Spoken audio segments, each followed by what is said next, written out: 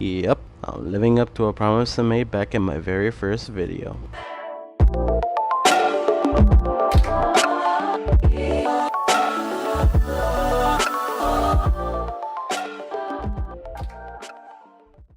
So, my brief history of Bill Finger video for quite a while proved to be very popular on the channel.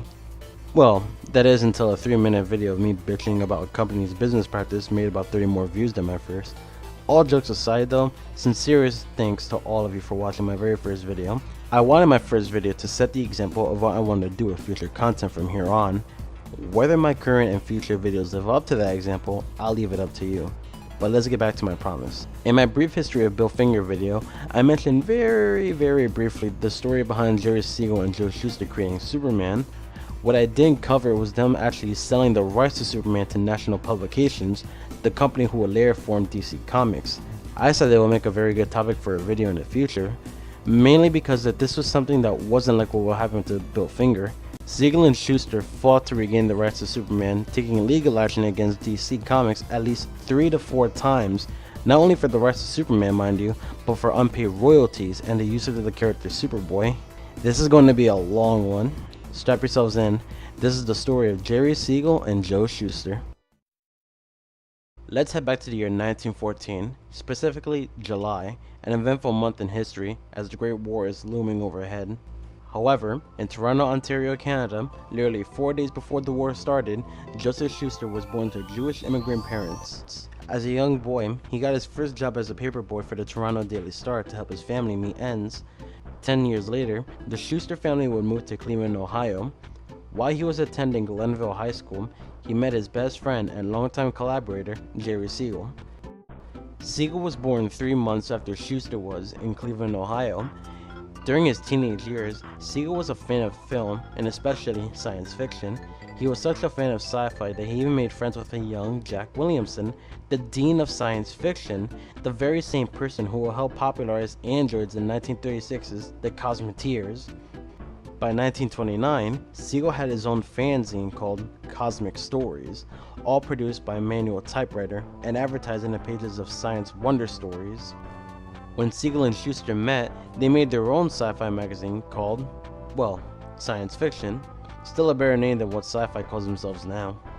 Shuster handled the art with Jerry handling the editorial side of things. This fanzine also includes stories from future giants in literature like Ray Bradbury, and by the magazine's 3rd issue, Siegel and Shuster got around to writing the Reign of the Superman story, inspired by Friedrich Nietzsche's concept of the Übermensch. That's German for Superman. I just wanted to talk with a German accent.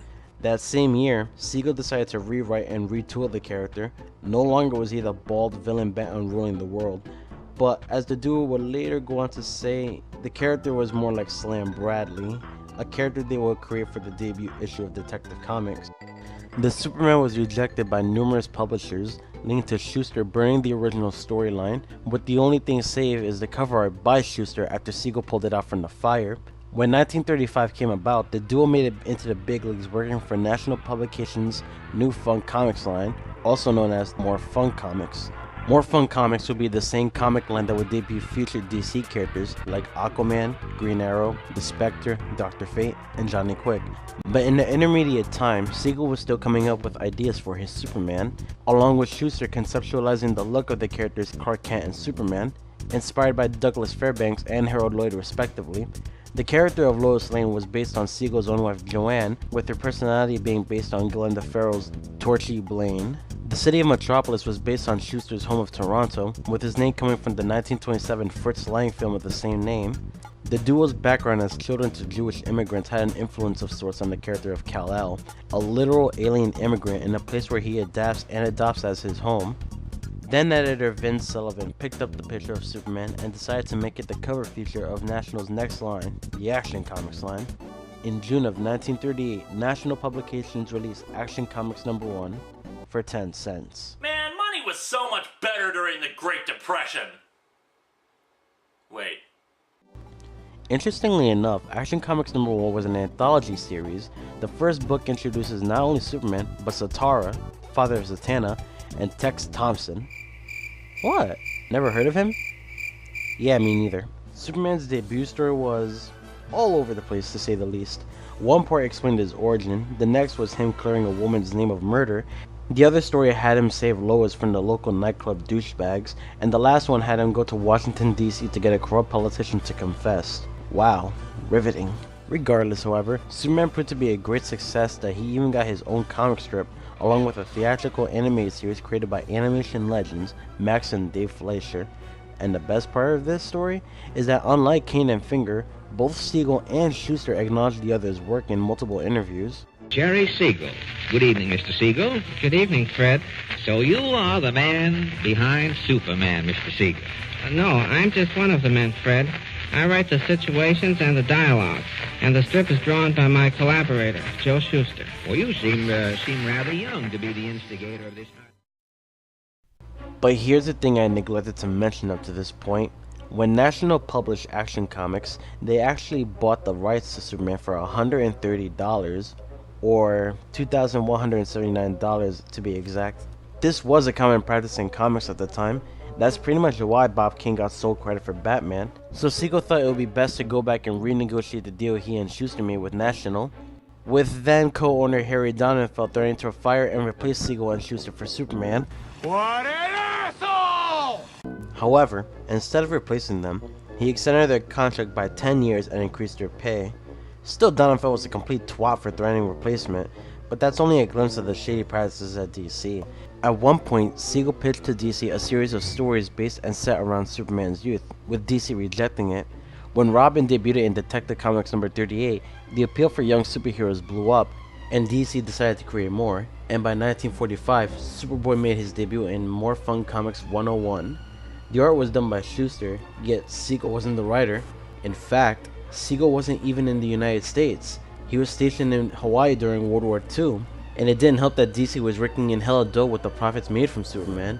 And by 1947, Siegel and Shuster decided to sue DC Comics for the right of both Superman and Superboy. Overlooking the case was Judge J. Addison Young in the Supreme Court of New York.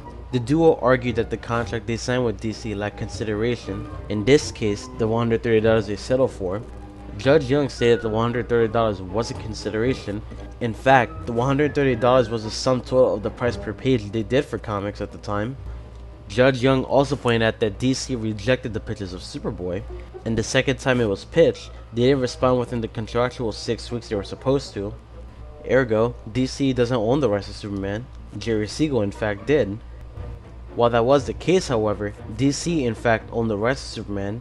With all that said, the matter was settled out of court, with DC paying Siegel and Shuster $94,000, or $970,000 today. Following the legal battle, Siegel and Shuster decided to sever their ties with DC and go into freelance work, until they met Vince Sullivan, the same man who was the editor for National Publications. Sullivan by this point was the founder and owner of his own comic company, Magazine Enterprises. Better that than the name of DC Comics in hindsight. Detective Comics. Oh boy. So when they met up with Sullivan, the duo decided to create one more character together, Funny Man. Just think of it as the Joker becoming a good guy using his contracts against evil. Oh yeah, that happened. Funny Man, however, never caught on with readers. Not a surprise, this was around the time when the golden age of comics was ending. No one around this time wanted to read comics about crime fighters saving the day or punching them Nazis when they weren't really a threat anymore. Not to mention the rise of other comic genres like sci-fi, romance, and horror stories putting superhero stories to shame. When Funny Man flopped, Joe Shuster decided it was time to leave the comic biz behind and become a freelance cartoonist. Now, many comic historians mention that Shuster actually got around to illustrating for horror strips, and he even was the illustrator for a series of underground fetish comic strips called Nights of Horror. What the fuck?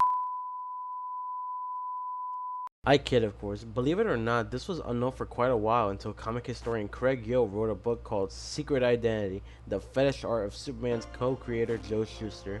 That, and of course that Shuster didn't want his name associated with any of the art he drew. He was broke at the time, and this was just a means to get by and pay the bills. Jerry Siegel, on the other hand, well, he got around. He worked for many companies, including Marvel, Archie, even Charlton Comics for a while. Hell, he even came back to DC to do some uncredited work for them, until he was fired for making a comment on how he was treated better. DC Comics.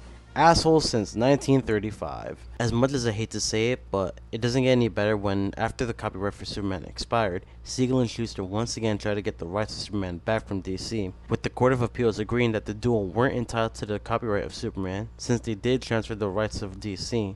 By this point, Joe Shuster's health was failing. His eyesight was fading, preventing him from doing any sort of illustration work, and by 1976, he was practically blind. But let's flash back to 1975 real quick. Superman was as popular as he was in the 30s and 40s.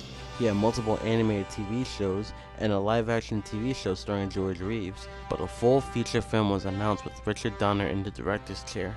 Siegel didn't take kindly to the announcement and launched a campaign against Warner Bros. To boycott the movie, citing DC's mistreatment to him and Shuster as a result. It became so big in fact that comic legends Neil Adams and Jerry Robinson supported his campaign for better treatment towards comic creators. Warner Bros. Agreed to give Siegel and Shuster $20,000 a year with health benefits and credit to the creation of Superman in all forms of media, starting in Superman number 302. In 1986, following the big-ass event that was Crisis on Infinite Earths, then editor Julius Schwartz offered Siegel the chance of writing a final story of sorts to Superman, though Siegel declined. That offer would later go on to Watchmen creator Alan Moore, who then created the classic Whatever Happened to the Man of Tomorrow. While this was all well and good, it didn't help for Joe Shuster. He was heavily in debt by the time he passed away in 1992 from congestive heart failure. While DC did agree to pay off his debts, it was only under the condition that any of Shuster's family didn't challenge the ownership of Superman. 4 years later, Jerry Siegel passed away, leaving his estate to his family. But that wasn't it. The Siegel family decided in 2004 to file another lawsuit against DC Comics to regain the ownership of Superman and Superboy. Now there's a lot when it comes to this lawsuit, seeing as how it took a decade for the courts to side with Warner Brothers. Spoilers. I'll try to abridge it as best as I can and try to dodge any legalese that was present in my readings. But what essentially happened is that the Siegel family tried to sue DC for 50-50 ownership of the characters, the other half going to Shuster's family. However, in the case of the latter's family, there was no way for them to get the rights. Remember that deal Shuster's family made with DC back in '92? Yeah, that came back to bite them in the ass. As I mentioned earlier, they made a deal with DC that entailed that the former company would give them $25 grand a year and coverage of Joe Shuster's debts that he collected when he died. As such, they were never to fight over ownership rights with DC. Siegel's family, on the other hand, well, they made a contracted deal with Warner Bros. Sometime in 2001. Unfortunately, in my research, I couldn't find exactly what the deal was, but if I had to guess, it must have been that the Siegel family tried to file a copyright termination. The Siegel's family lawyer, Mark Toberoff, testified that Warner Bros. Demanded, quote, unacceptable new and revised terms as a condition to its performance. Accordingly, the Siegels rescinded the agreement via letters, and DC abandoned the agreement, unquote. The judge overlooking the case argued that if that were the case, the Siegels would have sent proper letters to both Warner Bros. And DC, and that the letters they did send aren't qualified for them to receive ownership. What's more is that Joanne Siegel, Jerry's wife, actually signed off the rights to DC in 2001, making any attempt for them to regain the rights to Superman invalid. With all that said, Warner Bros. Won the legal battle without fear of losing their biggest cash cow. So yeah, that was a big battle between Siegel, Shuster, and the powers that be. A clear example of comic creators getting screwed over, no doubt. This was exponentially different from what Bill Finger had to go through, and I can only imagine what other creators and supporters must feel for the families of both Shuster and Siegel. My sympathy goes to both families and the cause that they're trying to make. Comic creators should be entitled to their works, and do deserve a say in their ownership, regardless of what any other contract can say otherwise. It's pretty much why a bunch of Marvel staff left to form Image Comics back in the 90s. This is a company that allowed creators to create work for this publisher with zero intervention for creators' rights. So what's happened since then? Well, since 1998, the copyright for Action Comics #1 has persisted and will continue to do so for the next 16 years. In 2033, Superman as he was shown in Action Comics #1 and any characters, settings will be placed into the public domain. However, that can't be said for any other Superman-related minutiae that are still protected under copyright. Superman has continued to appear frequently in film, television, and of course, comics themselves. This applies for Superboy as well. The character has gone through multiple revisions. Some were for the best, like the Connor Kent version from Young Justice and Jonathan Kent currently in DC Rebirth, though some were for the best. I'm looking at you, Superboy Prime. But in the end, Siegel and Shuster had a rather turbulent life. They reached achievements and success before I went careening off of a cliff. But we can only hope that at some point, DC, Warner Brothers, the Schusters, and the Siegels can reach an amicable agreement. But who knows how long that can be.